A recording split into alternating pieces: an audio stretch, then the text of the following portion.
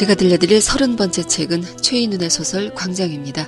광장은 작가들이 한국 최고의 소설로 꼽는 작품이에요. 최인훈은 이걸 1960년 되던 그의 나이 25살에 썼고요. 지금도 계속 증세되어 나오고 팔리고 있습니다. 이 책에 대한 평론가들의 글이 많은데요. 그 중에서 한국 최고의 문학평론가죠. 김현이 쓴 몇 줄의 글을 읽어드릴게요. 정치사적인 측면에서 보자면 1960년은 학생들이 해였지만 소설사적인 측면에서 보자면 그것은 광장의 해였다고 할 수 있다. 그것을 잡지 새벽에서 처음 읽었을 때의 감동을 나는 잊을 수가 없다. 장용학의 지나치게 고압적인 관념어들과 손창섭류의 밑바닥삼, 그렇지 않으면 초기 김동리의 토속적인 세계에 식상하고 있던 나에게 그것은 지적으로 충분히 세련된 문체로 이데올로기 사랑에 대해 말하고 있었던 것이다. 저는 1973년도 출판본을 갖고 있었어요. 옛날 책이죠. 이번에 깨끗한 책으로 읽으려고 2010년 인쇄판을 새로 샀습니다. 최인훈은 그동안 증세판을 낼 때 수정을 몇 번 했었는데요. 2010년에 한 부분을 확 고친 걸 저도 이번에 알았어요. 읽다가 깜짝 놀랐죠. 그러나 저는 초판본의 내용이 더 좋았어요. 그래서 그걸로 이야기할 거고요. 뒤에 제 말을 하는 부분에서 고쳐진 부분을 요약해서 알려드리겠습니다. 시대적 배경은 해방 후 6.25 전쟁 전부터 전쟁이 막 끝났을 때까지입니다. 그러면 이야기를 시작하겠습니다. 주인공은 철학을 전공하는 대학생 이명준이에요. 명준의 아버지는 일제강점기에 독립운동을 했고 좌익 성향으로 8.15 해방이 되자마자 월북을 했어요. 어머니는 얼마 안 있어서 세상을 떠납니다. 졸지에 고아가 돼버린 명준을 보살펴준 사람은 아버지 친구인 변성재 씨였어요. 그는 예전에 아버지에게 신세를 진 적도 있었고 현재 은행장입니다. 변성재에게는 자녀가 둘 있는데요. 태식과 영미예요. 태식은 명주가 동갑으로 가장 친한 친구 사이였고 영미는 친동생과도 같았죠. 이들 남매는 부잣집애들이 갖고 있는 너그러움이 있었고요. 그냥 지내면 좋은 사람들이지만 사무치는 이야기 같은 것에는 어울리지 않는 부류였어요. 명주는 두 가지 얼굴을 갖추지 않을 수 없었는데요. 태식 남매와 시시덕거릴 때의 얼굴과 혼자만이 자신으로 돌아왔을 때의 얼굴이었어요. 그린 자기가 뭘 찾고 있는지도 모르면서 사람들과의 일상에는 겉돌았어요. 그래서 그가 열심히 한 건 삶을 참스럽게 생각하고 간 사람들이 남겨놓은 좋은 책을 죽어라고 읽어대는 거였죠. 대학교 3학년이 되었을 때 그즈음 그는 정선생이라는 사람을 자주 찾아가는데요. 명준이 광장에 대한 이야기를 하는 대상도 바로 정선생이었어요. 명준은 광장에 대한 자기만의 개념을 갖고 있었어요. 애초 광장이라는 건 모두의 헌신과 인간적 관계가 잘 되는 것이어야 하는데 그게 안 되고 있다고 말합니다. 사람들이 가장 아끼는 건 자기의 방, 밀실일 뿐이라는 거죠. 결국 현실은 개인만 있고 국민은 없는 거고 밀실은 푸짐하고 광장은 죽었다고 말을 해요. 밀실이 푸짐한 이유는 밀실에 개미처럼 뭔가를 물어다 열심히 가꾸기 때문이고요. 아무도 광장에 머물지 않으며 필요한 약탈과 사기만 끝나면 광장은 텅 비는 죽은 곳이 되는데 이곳이 바로 남한이라고 주장합니다. 정 선생은 대부분 명준의 말을 대꾸 없이 그러나 맞장구는 치지 않고 들어줍니다. 명준은 영미를 통해서 그 영미의 친구 윤혜라는 여대생을 알게 되고 연애를 시작합니다. 처음이라 관계의 설정이 어색하면서도 그런 방식으로 타인과의 깊은 관계를 알아갑니다. 그러나 윤혜는 손에 잡히지 않는 허상처럼 가까운 듯 하면서도 내 편이라는 확신이 오지 않아요. 그리고 어느 날 북으로 간 아버지의 그늘이 그에게 다가옵니다. 영미 아버지는 은행으로 형사가 찾아왔다라는 말을 전해주면서 북으로 간 아버지가 요즘 대남 방송에 나온다는 거였어요. 경찰에 불려갈 때 불려가더라도 이름쯤은 바꾸고 사는 게 어떻겠냐는 말을 합니다. 명준은 아닌 밤중에 홍두깨를 맞은 것 같았죠. 아버지는 이미 그의 삶에서 떨어져 있었거든요. 그 대목을 읽어드릴게요. 8.15 그해 북으로 간 아버지는 먼 사람이 되어가고 있었다. 아버지가 북으로 간 지 얼마 안 돼서 돌아가신 어머니. 어머니 생각은 가끔 나도 아버지는 살아서 지척에 있었건만 정이 보고 싶지도 생각나지도 않았다. 고아나 다름없는 신세였는데 살부치가 그리운 생각이 난 적도 없다. 아마 까닭은 그의 나이였으리라. 아버지나 어머니가 아쉬운 나이가 아니었다. 부모가 없는 탓으로 먹고 살기가 무언지 일찍 눈이 떠지는 일도 없이 영미 부친이 살림 안에서 필요한 지급을 받고 있었다. 밥을 먹고 잠자리를 받고 학비를 타고 책을 사고 하는 데 쓰이는 돈이라는 물건을 한 번도 자기라는 것의 살갗 안에 있는 것으로 느껴본 적이 없는 그였다. 그는 젊고 가난한 철부지 책벌레다. 아버지와 만날 수 있는 광장으로 가는 길은 막혀있다. 아버지가 모습을 나타내는 광장은 다른 동네에 자리 잡은 광장이다. 그리고 그 사이엔 기관총이 걸려있다. 애당초 그리로 갈 염을 내지 말아야 했고 가고 싶다고 생각한 일도 없다. 왜냐하면 그는 광장을 믿지 않기 때문이다. 갑자기 나타난 아버지는 어떻게 맞이했으면 좋을까? 어리둥절한 어떤 풍문과 같다. 명준은 경찰서 취조실에서 조사를 받게 됩니다. 그들은 명준이 철학을 전공하는 것도 마르크스와 연결시켜서 불온한 사상의 승계로 몰아가죠. 아버지 소식을 자주 듣는가를 위압적으로 물어요. 그들이 뭘 알고 싶어하는지도 정확하지 않았어요. 명준은 모른다, 못 들었다는 대답을 반복하고요. 이걸 반항의 증거로 받아들여 마구잡이로 매를 맞습니다. 맞으면서 명준은 아버지를 처음으로 몸으로 느껴요. 실컷 두들겨 맞은 후에 경찰서를 나옵니다. 그 부분을 읽어드릴게요. 서의 뒤편에 있다운 동산에 올라간다. 나무 그늘 밑에 쭈그리고 앉는다. 초여름 한창 길어가는 햇살은 아직도 창창하다. 셔츠 앞차락이 온통 피투성이고 보면 거리를 걸어갈 수가 없었다. 그런 몰골을 한 채로 돌아가라고 그를 내보낸 형사의 처사가 얻어맞았을 때보다 더 분했다. 한 사람 시민이 앞자락에 핏물을 들인 채 경찰서 문을 나서는 걸 그들은 꺼려하지 않는다는 뜻이다. 그 모습대로 걸어가서 온 천하가 다 봐도 아무 상관없다는 소리나 마찬가지다. 그는 몸을 떤다. 빨갱이 새끼 한 마리 중 귀신도 모르게 해칠 수 있다고 그들은 말했다. 어둠에서 어둠으로 거적에 말린 채 파묻혀가는 자기 죽음이 보인다. 나는 법률에 밖에 서 있는 건가? 돈과 마음과 몸을 지켜준다는 법률이 밖에 있는 어떤 길. 그 이후 경찰서를 더 다녀오고요. 명준의 삶은 무너지고 말았어요. 어느새 꼬리가 붙은 범죄자가 되어 있었죠. 그를 늘 뒤따르는 검은 감시 그림자가 있었고요. 그런 삶이 일상이 되고 말았던 거지요. 정치 광장에서 온 칼잡이가 그의 침실 앞을 서성이게 된 거였어요. 명준은 남쪽에서 살아야 할 자격을 잃은 거고 그가 설 곳이 없어졌다고 느낍니다. 가장 가까운 타인인 윤혜는 그의 고뇌를 이해하기엔 삶의 규칙이 까다로운 여자였어요. 분명히 나란히 서 있다고 생각한 광장에서 빛나는 웃음을 지었는가 하면 손댈 수 없는 그녀의 밀실로 도망치곤 했죠. 그를 잡는 것이 없는 남쪽이었어요. 명준은 그녀가 살고 있는 인천보다 더 위쪽으로 올라가서 밀선을 타고 북으로 넘어갑니다. 윤혜뿐 아니라 그 누구에게 말하지도 않은 채 어느 날 훌쩍 북으로 넘어가 버린 거였어요. 명준이 북에서 만난 것은 잿빛 공화국이었습니다. 그가 넘어오자마자 당은 얼씨구나 하고 그에게 강연을 시켰어요. 그 대목을 읽어드릴게요. 학교, 공장, 시민사회 그 자리를 채운 맥 빠진 얼굴들. 그저 앉아있는 그들의 얼굴에는 아무 울림이 없었다. 혁명의 공화국에 사는 열띤 시민의 얼굴이 아니었다. 가랑 높은 말을 쓰고 있는 자신이 점점 쑥스러워지는 것이었다. 강연 온 것만 해도 그랬다. 몇 번이나 당 선전부의 뜻을 받아 고쳤다. 마지막으로 결제가 났을 때 그 원고는 코뮤니스트들이 늘 하는 되풀이를 이어붙인 죽은 글이었다. 명준이 말하고 싶어한 줄거리는 고스란히 빠져버리고 굳이 명준의 입을 빌려야 할 아무 까닭도 없는 말로 둔갑해 있었다. 명준은 노동신문 본사 편집부에 근무하도록 배정을 받아요. 그는 북에서의 새로운 일과 삶의 의욕을 갖습니다. 일이 끝나고도 신문사의 도서실에서 늦게까지 공부를 했어요. 볼셰비키 당사를 일주일에 걸쳐 읽어냈죠.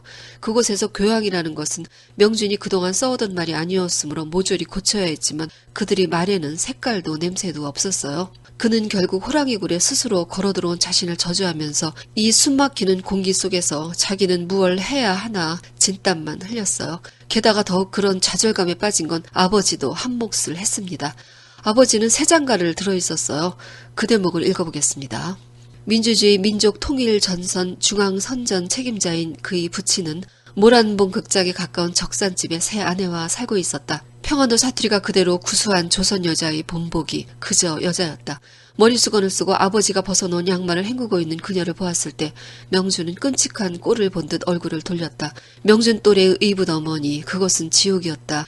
평범이란 이름의 진구렁. 그 풍경은 반일투사며 이름 있는 코뮤니스트였던 아버지의 터전일 수는 없었다. 부친의 재혼을 마다하는 건 아니다. 아버지처럼 믿음을 위해서 젊음을 어두운 골목과 낯선 땅벌판에서 보낸 여류 코뮤니스트와 맺어뒀다면 그런 의붓 어머니에게 어리광까지도 피었을 거다. 그러나 이 여자, 그를 도련님 받들듯 하는 이 조선의 딸, 도대체 혁명이 어디 있단 말인가. 인류 코뮤니스트의 집에서 중류 부르주아의 그것 같은 차분함이 도사리고 있는 바에야 혁명의 싱싱한 서슬이 어디 있단 말인가. 명준은 아버지에게 자신이 북에 와서 목격한 처참한 체험을 악에 바쳐 쏟아내는데요.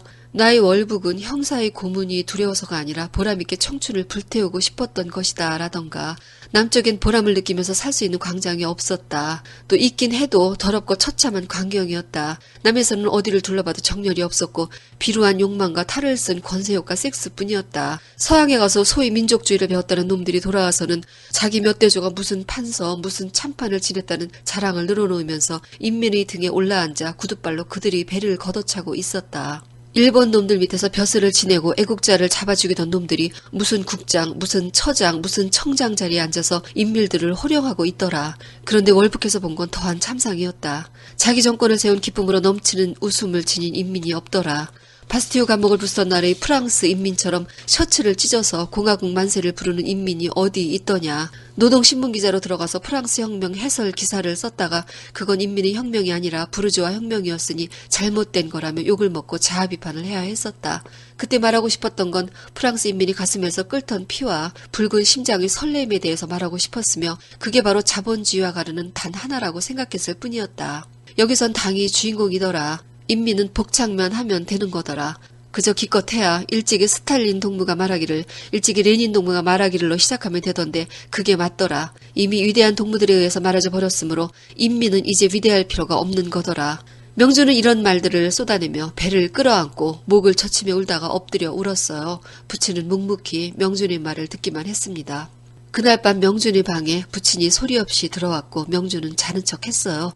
부친은 그의 머리맡에 쭈그려 앉아서 어깨 언저리에 이불깃을 꼭꼭 여며주고 나갔습니다. 명준은 고작 이런 사랑밖에 줄 수 없는 아버지로 인해 슬픔을 느끼고 이제 그들 부자는 남이 된 것이라고 생각합니다.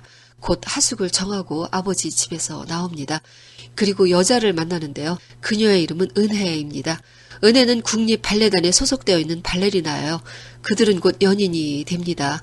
꼭두각시밖에 없는 이곳 광장에서 스스로 사람임을 믿을 수 있는 건 그녀와의 사랑뿐이었어요. 명주는 남만주 지역에 취재를 가요. 거기에는 조선인 꼬로주가 있는데요. 꼬로주는 집단 농장으로 중국 측이 쌀 증산을 위해서 만주에 흩어진 조선인들을 모아들인 곳이었어요. 이 꼬로주를 알리기 위해 명준이 일주일 동안 파견된 거였어요. 가도 가도 끝없이 펼쳐지는 엄청난 땅덩어리가 동양 척식 회사의 차지였으나 이제 주인에게 돌아갔다고 생각하니 명준의 가슴은 벅찼죠. 그러나 농민들은 땅을 얻고 기뻐하지 않았어요. 이유는 농토는 나라 땅이었으므로 사고 팔 수 없게 되어 있었기 때문이었죠. 그들은 지주 영감의 소작인에서 나라의 소작인으로 옮겨간 것 뿐이었어요. 소시민이 부자가 될 방법은 예나 지금이나 없었고 노동자들은 인민경제의 초과달성이라는 이름으로 공짜일을 하고 있었어요. 인민공화국이 잘되고 있다는 소문은 요란했으나 정작 그들에게는 아무것도 없었죠. 인민이 주인이라는 멍해를 씌우고 주인이 제 일하는데 몸을 아끼느냐고 채찍질을 하는 시기였어요. 명주는 그곳에 다녀온 후 자아 비판을 받게 됩니다. 이유는 그가 쓴 보고서의 내용 때문이었는데요. 꼬로주 사람 중에 일본 군대의 군복을 견장만 떼고 입는 사람들이 있었고 신발은 집가다비가 제일 많았는데 거기서 느껴지는 건 그들이 생활이 물질적인 향상을 가져오려면 더 많은 땀과 시간이 필요하다는 식으로 보고서를 썼는데 그게 문제가 되었어요. 편집실에 소환된 명준에게 편집장은 꼬로주 생활을 현지 보도함에 있어서 이명준 동무는 부르주아적인 판단이 낙후성으로 동포들의 영웅적인 증산 투쟁의 모습을 파악하는 데 실패했으며 주관적 판단을 기초로 한 그릇된 보고를 했다고 질책했죠. 명준은 대들려고 했다가 그를 향하고 있는 증오의 얼굴들을 봅니다. 자신을 향해 있는 그 미움에 일그러진 세디스의 얼굴을 본 순간 자신이 가져야 할 몸가짐을 깨닫습니다. 그건 덮어놓고 비는 것이었죠. 명준이 사무친 낯빛으로 장황한 인용을 해가며 허물을 씻고 이제부터 당이 바라는 일꾼이 되겠다고 다짐하자 그들의 얼굴은 안도감과 승리의 빛으로 바뀌었어요. 명준은 자신이 터득한 요령이 슬픈 깨달음인 것을 알고 이건 알고 싶지 않은 슬기임을 느낍니다. 그리고 가슴에서 무너지는 소리를 들어요. 은혜가 3, 4개월 정도 모스크바로 순회 공연을 떠나게 되었다는 말을 합니다. 명준은 그녀가 없는 평양을 견딜 자신이 없었고 그녀를 보내면 다시 돌아올 수 없을 거라는 생각으로 절박함을 느껴요. 은혜는 꼭 어느 사회가 아니면 못 산다는 여자가 아니었어요. 그녀가 사상을 아랑곳하지 않는데 명준은 가끔 놀라지만 명준에겐 오히려 그것이 좋았어요. 그는 은혜에게 가지 말아달라고 애원합니다. 그러나 그녀는 결국 모스크바로 떠났고 그리고요. 은혜를 만나지 못한 채로 6.25 전쟁이 시작됩니다. 1950년 8월 명준은 공산군으로 서울의 S서에서 자신의 유일한 친구였던 태식과 마주 앉아 있게 됩니다. 그곳은 예전에 명준이 취조를 받던 곳이었어요. 명준은 내무성 직속 수사기관인 정치보위부에서 일하고 있었어요. 태식은 소형 카메라를 가지고 있었으며 공산군 시설을 찍은 필름을 갖고 있었죠. 태식은 그 사이 윤혜와 결혼해 있었어요. 명준에게 고문을 견디기 힘드니 죽여달라고 말합니다. 태식은 명준의 변화를 비웃고 명준은 위약을 실어 태식을 때리고 밟아댑니다. 그를 만나러 온 윤혜에게도 험하고 과격한 태도를 보입니다. 그리고 얼마 후 명주는 그들을 몰래 놓아줍니다. 이후 그는 그곳에서 잡혀온 포로들에게 가학의 열정에 사로잡혀 무자비한 고문을 하죠. 그는 자신만의 전쟁을 그렇게 가열차게 치르다가 낙동강 전선으로 보내집니다. 그곳 사령부에서 간호병이 되어 있는 은혜를 만납니다. 명주는 자신이 찾아놓은 동굴이 있었어요. 그 동굴은 길고 좁은 오르막을 지나 있었는데 자꾸 눈에 띄지 않았어요. 어쩌다 틈이 생기면 이곳에 와서 누워있다 가곤 했었죠. 그는 은혜와 이곳에서 만남을 갖습니다. 은혜는 모스크바로 간 것에 대해 용서를 빌었어요. 모스크바에서는 재미도 없었고 전쟁으로 급히 귀국해서 간호병으로 지원했다고 했으며 이제 만났으니 죽어도 괜찮다고 말해요. 그들은 매일 만납니다. 그 대목을 읽어드릴게요. 그들은 거의 날마다 만났다. 밤일 때도 있고 낮일 때도 있었다. 약속하지 않은 때도 명주는 불현듯 그녀가 동굴에서 기다리고 있을 것 같은 생각이 들면 사람 눈을 피하여 산을 넘어가면 대개 틀림없이 동굴 안쪽에 우두커니 앉아있는 그녀를 보기가 일쑤였다. 격식이라든가 미묘한 예절의 번거로움 같은 것이 짜증스럽고 뜻없어 보이는 싸움터였다. 모습 없는 죽음의 그림자와 맞서서 지내야 하는 나날, 그들은 서로의 몸뚱아리에서 불안과 안타까움을 나눠줄 힘을 더듬었다. 어느 날 그래서 만났을 때 그녀는 한 손에 가위를 든 채였고 명주는 전초선에서 들어온 적정 보고서를 쥐고 있었다. 그들은 손에 하나씩의 죄의 증거를 들고 있었다. 은혜의 손에 들린 가위가 이런 시간에 이런 자리에 와 있는 탓으로 몇 사람의 병사가 혹시 살았을 목숨을 잃었을는지도 모르며 명준이 들고 있는 보고서에는 우군의 한 사단을 죽음으로 몰아넣을 어떤 움직임의 낌새가 적혀 있는지도 몰랐다. 그들은 죽을 힘을 다해 만났고요. 동굴은 지름 3미터의 광장, 그들이 살아있음을 다짐하는 마지막 광장이었어요. 명준이 곧 총 공격이 있을 것이라는 소식을 은혜에게 알려주었을 때 그녀는 죽기 전에 부지런히 만나자는 말을 하면서 웃어요. 그리고 다음 날 은혜는 부지런히 만나자는 다짐을 어기고 전사합니다. 전쟁이 끝났을 때 명준은 포로 수용소에 있었어요. 포로 송환이 있을 때 그는 북으로 돌아갈 생각이 아예 없었죠. 그 대목을 읽어드릴게요. 아버지가 전쟁 중에 어떻게 되었는지 소식을 알 수는 없었으나 설령 살아있다 하더라도 그 한 가지만으로 북을 택하기에는 너무 약했다. 아버지는 아버지대로 살 테지. 효도 같은 걸 하기엔 현실이 너무나 무거웠다. 이제 그가 북으로 갈 아무 까닭도 없었다. 거기엔 아무도 없다. 은혜도 없다. 어떤 사람이 어떤 사회에 들어있다는 것은 풀어서 말하면 그 사회 속에 어떤 사람과 맺어져 있다는 말일 텐데 맺어질 아무도 없는 사회의 어디다 뿌리를 박을 것인가.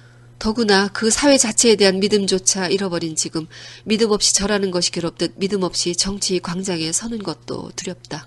송환 등록이 시작되었을 때 남도 북도 아닌 제3국을 선택할 수 있다는 말을 듣자 명주는 바로 자신을 위해 마련된 길이라는 생각을 해요. 그래서 그는 중립국을 선택합니다. 그는 중립국에서 자신의 삶을 상상합니다. 그 대목이에요.